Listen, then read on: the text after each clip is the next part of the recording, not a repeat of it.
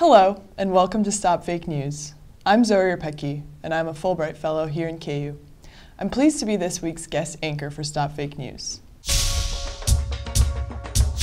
On November 3rd, the Regnum news agency falsely reported that U.S. Secretary of State John Kerry admitted America's defeat in Ukraine.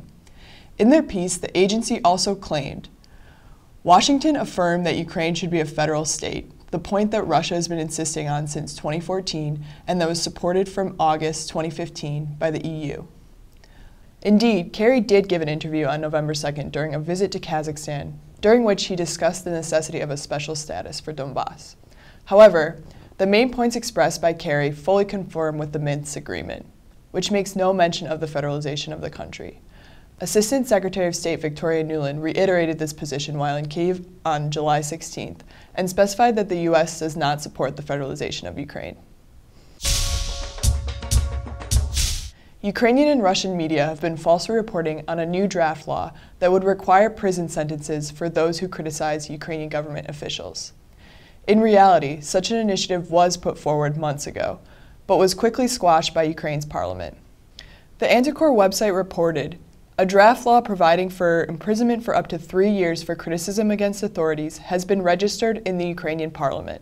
The reports claim that Konstantin Mateychenko, a member of parliament, recently proposed amendments to the criminal code indicating that willful acts of imploding the reputation of the state and the authority should be punished more severely. In reality, news about this draft law first appeared back in March 2015, verified on Anticorps' own website. At that time, Mateychenko himself commented that the proposed law did not provide for the punishment of criticism against authorities, but for the punishment of violations of national symbols. And as was widely reported by Ukrainian media at the time, the initiative was quickly dropped after the strong condemnation of civil society organizations. On October 29th, social networks posted a fake photo of a ravaged library with books strewn across the floor, said to show the Library of Ukrainian Literature in Moscow. The real library was raided by armed and masked police early the same day, and its director was arrested for allegedly promoting illegal anti-Russian propaganda. However, the photo actually depicted a library in New Zealand after an earthquake in 2011.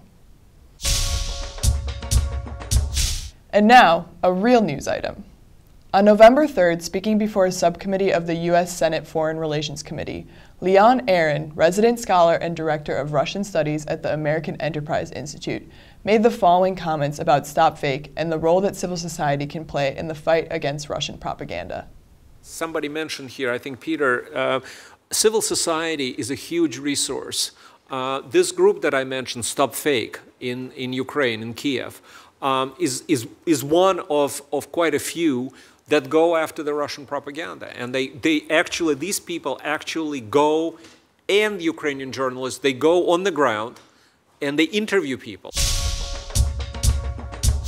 This has been just some of the most recent information from StopFake. To keep up to date with exposed fakes, please visit StopFake's website and also let StopFake know about any reports you think need to be checked out or verified.